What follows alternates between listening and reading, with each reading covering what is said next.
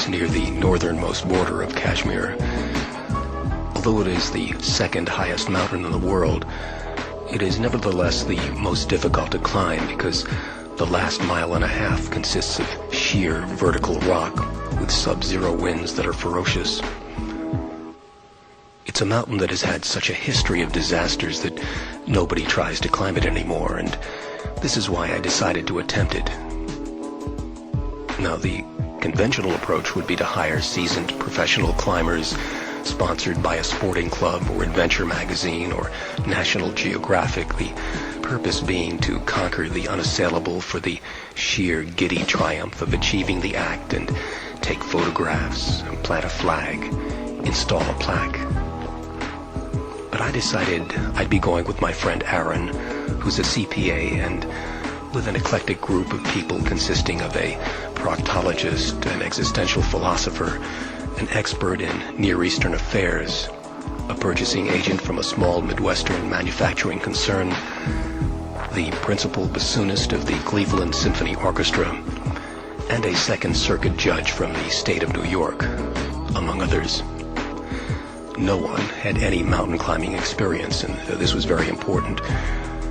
Now, in a conventional ascent, you're supposed to bring ropes and pulleys and crampons and hammers and mallets and cleats and tents and oxygen masks and highly sophisticated radio equipment, including GPS, which is a global positioning system which permits climbers the use of stationary satellites to coordinate their exact position by latitude and longitude, and you map out the ascent to the last detail and determine the kinds of food and medicines you'll need, and everyone is trained in first aid and in CPR, in on-site trauma treatment in case of accident, in setting of broken bones, in the application of tourniquets and compresses, even in minor surgery like stitching an open wound, cauterizing a pulsing artery.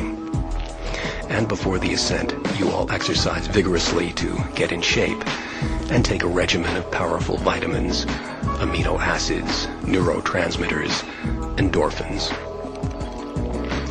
But we decided that this kind of behavior was beneath us. We were going to ascend the mountain in our own unique fashion. First of all, we decided not to consult any maps of K2. After all, the last thing you want in life is a map, because you see only what someone has seen before you. People are forced to use all kinds of maps to make their way in life. We're all hemmed in by maps. Too often our lives are mapped out for us.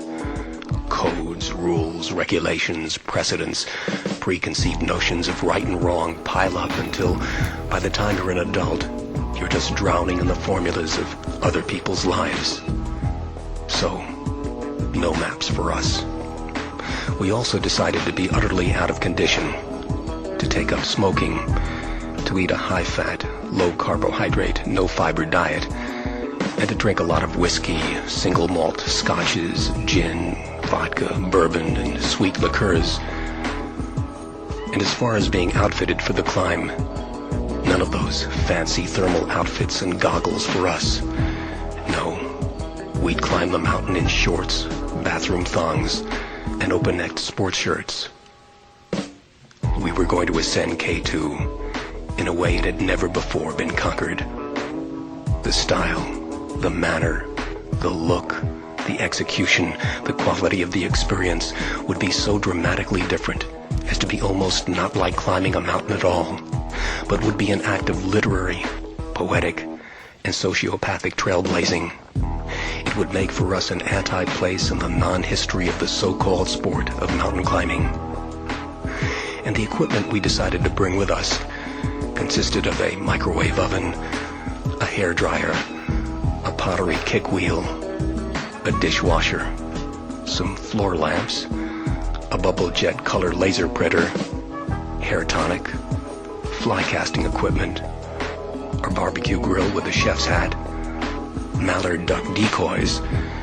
So that was all the equipment we were going to take up the side of the mountain with us, with the exception of one more item, a huge crucifix, because I thought it would be a good shape to introduce at high altitudes. I was just pleased with the concept of dragging an enormous cross up K2. It was appealing. It had a certain resonance for me. And I thought it should be extremely heavy, made of teak, and studded with nails. And we decided that everyone had to wear a Mardi Gras mask, because it's fun to wear masks when you're taking a long trip. It serves to pass the time, and we also hired a marching band to accompany us with drum majorettes, a parade marshal. The advantage of having a marching band when you're going up a steep climb is that it gives you a beat to which you can set your pace. It buoys your spirit. There's nothing like marching band music to maintain the morale of the group. It energizes you, and the drum majorettes add a certain flair and excitement, wearing their short, pleated skirts, their polyvinyl chloride white 1960s style boots, their tank tops, and visored caps. That was a little bit of Joe Frank. He used to be a radio host on KCRW. It's a nice day for a walk. About 73 degrees, the wind's blowing, nice and cool.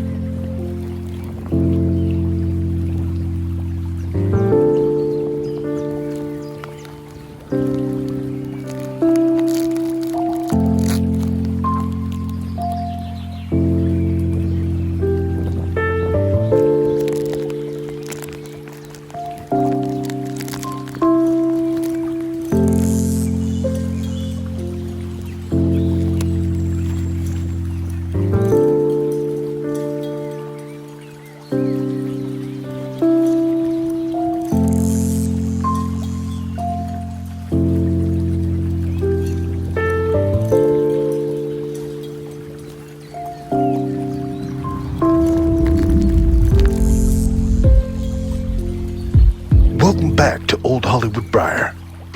We're standing in the heart of Los Angeles County, at the bottom of a lake. In the canyon of a massive reservoir, the edge of the lake has receded down a half-mile lower than its usual point. I seem to only remember on one really good snowstorm last year, this place is drying out. Today we're packing that legendary expeditioner, Sir Walter Raleigh. Jimmy says that this is the most consistent blend over the years that he's ever smoked. For me, Sir Walter Raleigh has a lot of the same light back-end topping flavors as Velvet, except without that faint hint of the cherry cordial, which, only a few people taste that in Velvet, but that was always kind of in the back of my mind. This is a lot like that. It has the licorice anise type topping, but not the sweetness of the cherry. This gold-plated Dunhill lighter from the 50s is maybe not the best in the wind, but I was able to get the job done. Another note is that, a lot of people will tell you that this is a very soft, mellowed out burley blend, and that's true, but it really comes down to how you pack it. I had backed a little bit loose that day, and because it was windy and I was having to draw extra hard because the lighter wasn't staying lit, I was, experiencing a bit of bitiness, and I wanted to kind of come on and remind people that when you get tongue bite, that's not the blend's fault. A lot of times that's, just because I didn't pack it right, or, maybe it's windy and I'm drawing hard. So, give the blenders a break. They know what they're doing.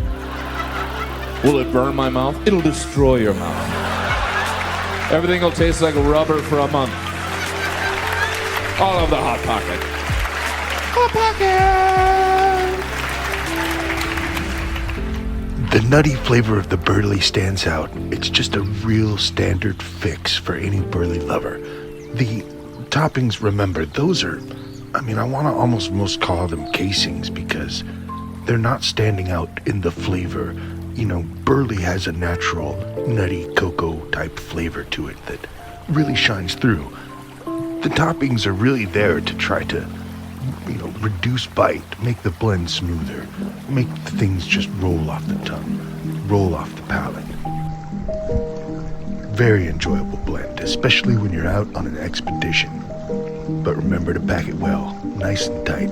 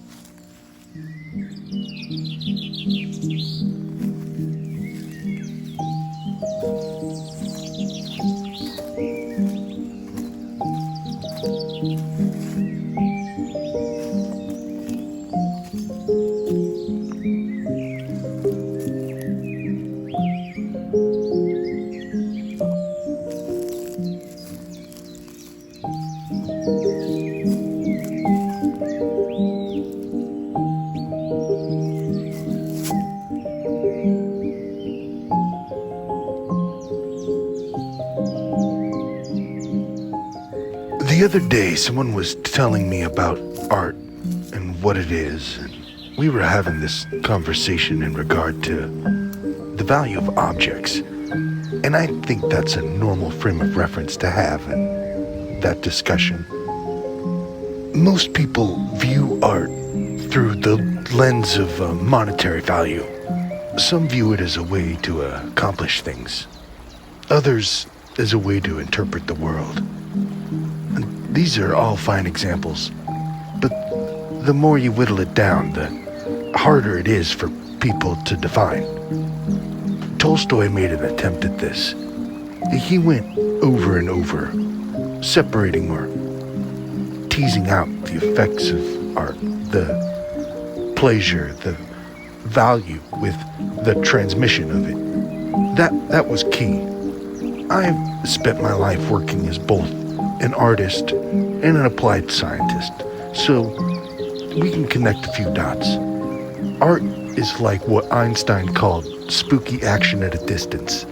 It's a term he came up with when he encountered the math of quantum entanglement, which predicted that particles which existed in separate and distinct locations could have an effect on one another or exist in the same state. That's a fancy way of describing how one particle feels something that the other particle or object would experience that feeling, though they are not connected in any obvious way. Spooky action at a distance. It's the thing that happens when the average guy picks up the guitar at the party and plays Blackbird, and all of a sudden a hush falls over the room, and then later you see that guy talking with the girl that everyone has been hoping to talk to. Spooky action at a distance. Trust me, I know, I've been that guy. Andy Warhol took the first selfies with the Polaroid camera.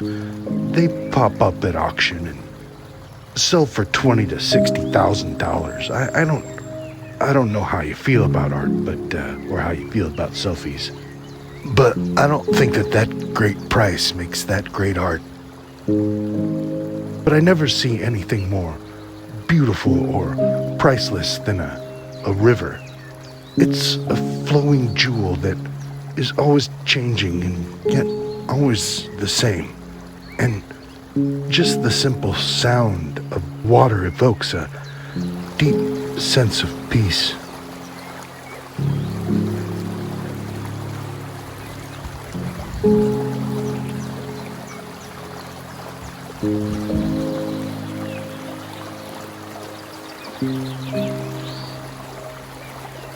If you want to see art with real power, look at this river.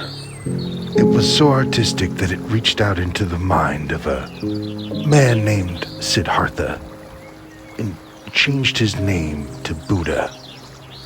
He had spent his life as a rich heir, a prince that wanted for nothing, then an ascetic priest wandering in the desert, then a self-made rich man in his middle life teamed up with a whore.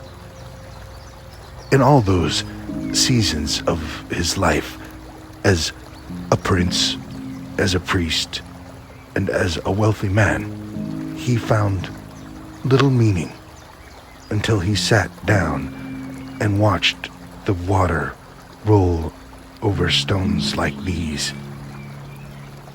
You can hear the story that is told among them. They can try to tell you to be silent, but my friend, if I were to keep my silence, the very rocks themselves would cry out.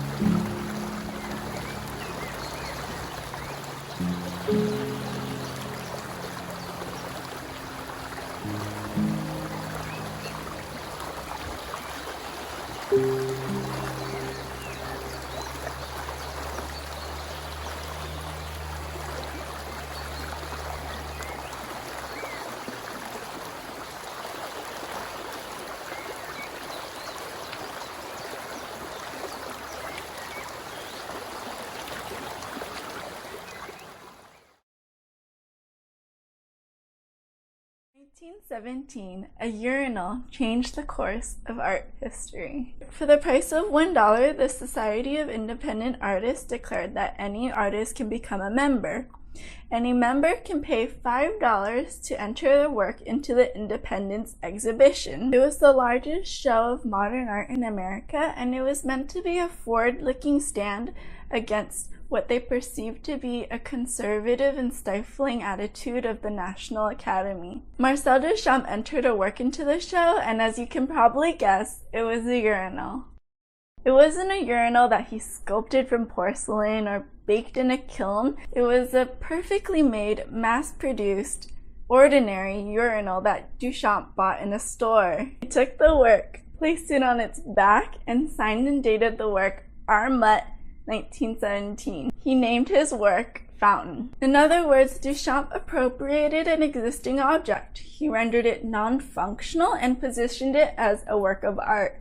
He called this new form of art making ready-mades. So why did he sign his work with the pseudonym R. Mutt? One part of the answer may be that Duchamp was actually the director of the society and he was a member of the organization committee. But another part was that Duchamp also loved to play with words. The name Mutt may be a play on the word Mott, which is the name of the store where Duchamp bought the urinal, but it's also said it's referencing the popular comic Mutt and Jeff. In the comic, Mutt is a dim-witted, greedy character who's always coming up with get-rich-quick schemes, and Jeff was his gullible sidekick who is an inmate of a mental asylum. So this can be Duchamp's way of poking fun at the pompous art world, and in fact it's been suggested that R stands for Richard, which in French is a colloquialism for moneybags. So when the urinal arrived at the exhibition hall, Duchamp's co-directors actually refused to show Fountain despite having the $6 attached, which is required to enter the show. The unjuried show accepted all 2,125 works of 1,235 artists, all except the work of R. Mutt. Many felt that the work was insulting, some thought it was a joke, and in fact it disappeared. A possible remake was photographed a few days later, but that too has disappeared. Duchamp, of course, was quick to point out that the liberal and progressive art society was failing at what they originally set out to do. The Richard Mutt case, which was published in a magazine through Duchamp's proxy, Beatrice Wood, read, "Whether Mr. Mutt with his own hands made the fountain or not has no importance. He chose it. He took an ordinary article of life, placed it so that its useful significance disappeared under the new title and point of view, created a new thought for that object. The fountain forces the viewer to leave old questions of art behind. No longer are we concerned with the aesthetic questions of craft, medium, and taste. Arise are new questions that are ontological, epistemological, and institutional, questions that are still debated to this day.